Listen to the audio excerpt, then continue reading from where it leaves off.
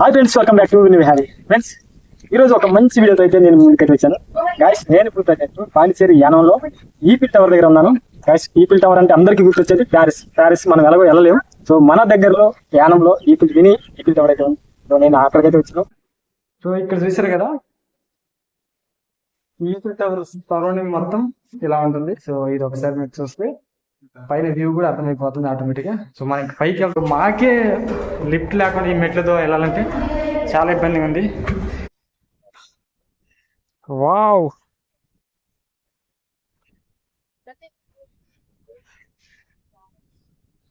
దూరంగా కనపడుతున్నది సముద్రం.